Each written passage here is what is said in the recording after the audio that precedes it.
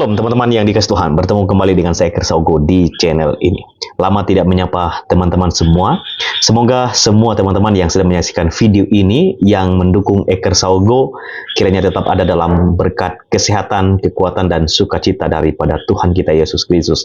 Di kesempatan ini, saya akan mengajak kita menyaksikan satu cuplikan video dari seorang Umi yang memberikan komentarnya terhadap Israel dan terkhusus Yerusalem yang adalah milik Israel. Umi ini memberikan penjelasan secara singkat tapi punya bobot yang sangat baik. Umi ini adalah seorang muslim dan nampaknya dia adalah seorang muslim asal Padang ya. Kita langsung saja mendengarkan cuplikan videonya, mari kita dengarkan bersama-sama. Bismillahirrahmanirrahim.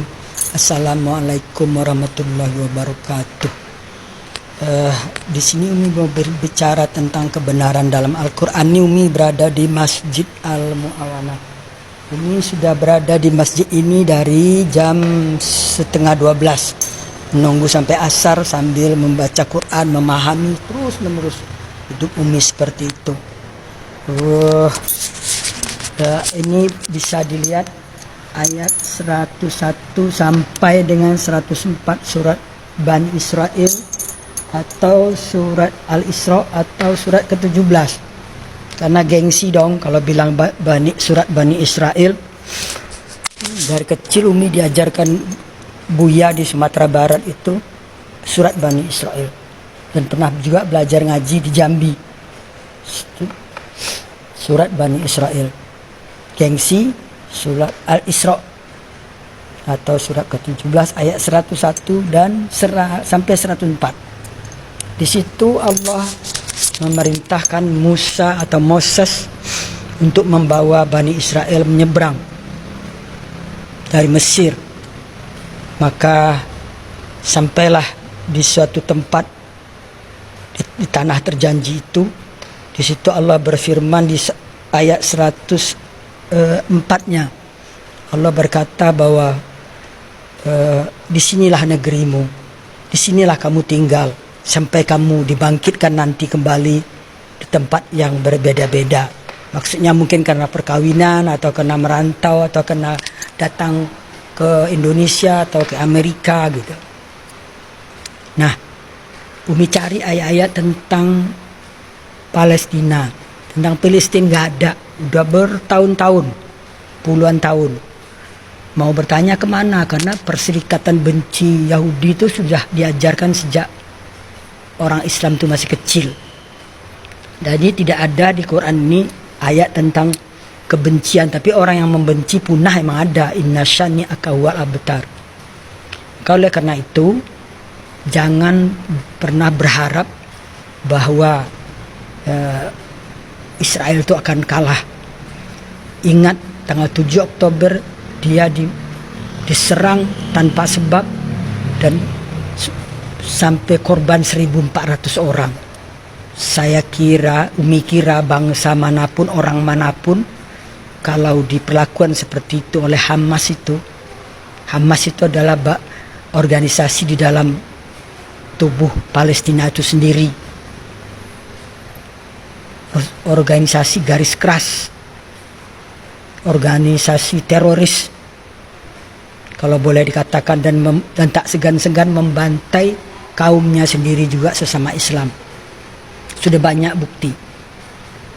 Nah, oleh karena itu Umi berharap para ulama, para ustadz, para pemuka agama untuk menyampaikan ayat Quran ini, bahwa tanah itu semuanya adalah milik orang Israel. Jadi kalau Palestina dikasih sebagian itu udah bersyukur mestinya. Kenapa harus minta lebih banyak? Dengan perjanjian Balfour, dengan pengumuman kemerdekaan di Aljazair bulan November tahun 85 itu, bahwa Palestina merdeka. Jadi sampai sekarang nggak pernah mengaku merdeka, itu kan namanya nggak bersyukur. Ada duta besarnya di sini kok, malah minta sumbangan. Jangan-jangan duta besar ini Hamas pula ini.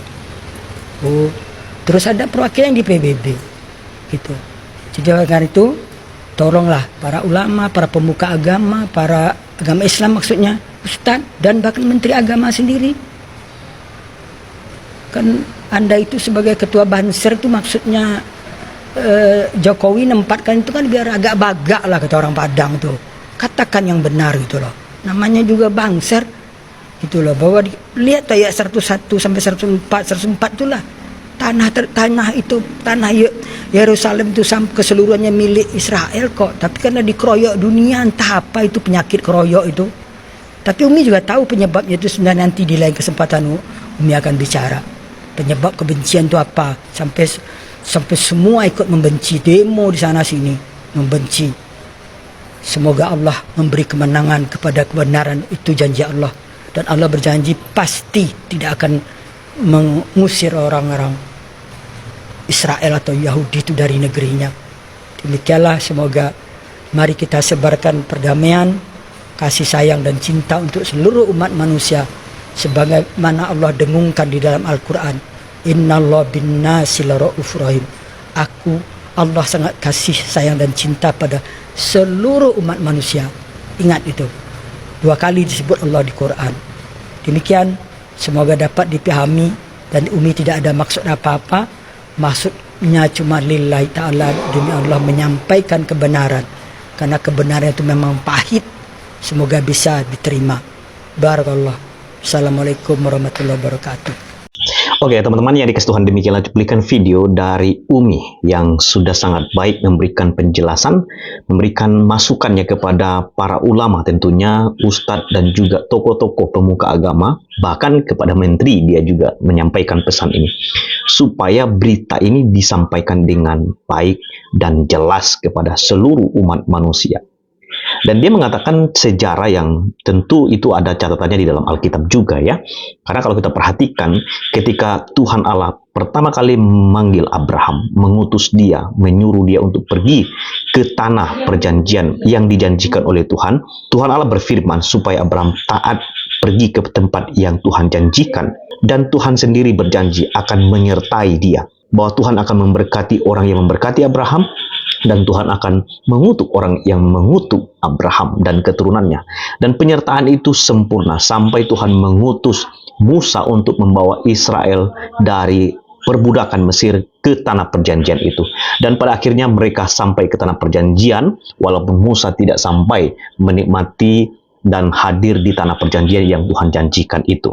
Dan Musa menyaksikan itu dari atas gunung. Nah teman-teman, apa yang ingin saya katakan dalam video ini? Saya setuju dengan apa yang disampaikan oleh Umi tersebut, bahwa Yerusalem itu adalah milik Israel. Sama seperti yang tercatat di dalam Alkitab. Saya baca 1-2 ayat Alkitab ini untuk memberikan penjelasan secara singkat tentang firman Tuhan yang mengatakan bahwa Yerusalem adalah untuk Israel. Dalam 2 Tawarik 6 ayat yang ke-5 dan 6. Sejak aku membawa umatku keluar dari tanah Mesir, tidak ada kota yang kupilih di antara segala suku Israel untuk mendirikan rumah di sana sebagai tempat kediaman namaku. Dan tidak ada orang yang kupilih untuk menjadi raja atas umatku Israel. Tetapi kemudian, ayat yang ke-6, tetapi kemudian aku memilih Yerusalem sebagai tempat kediaman namaku dan memilih Daud untuk berkuasa atas umatku Israel. Itu adalah firman Tuhan yang tertulis di dalam 2 Tawarik pasal 6 ayat yang ke-5 dan 6. Bahwa Tuhan memilih Yerusalem untuk menjadi tempat kediaman namanya dan memilih Daud untuk berkuasa atas umat Tuhan, yakni Israel, sehingga Yerusalem menjadi tempat nama Tuhan dimuliakan. Jadi sangat luar biasa apa yang disampaikan oleh Umi tadi. Kiranya video ini boleh menjadi berkat. Tuhan memberkati kita. Mari terus dengungkan kebenaran supaya banyak orang mengenal kebenaran. Tuhan memberkati kita semua. Shalom.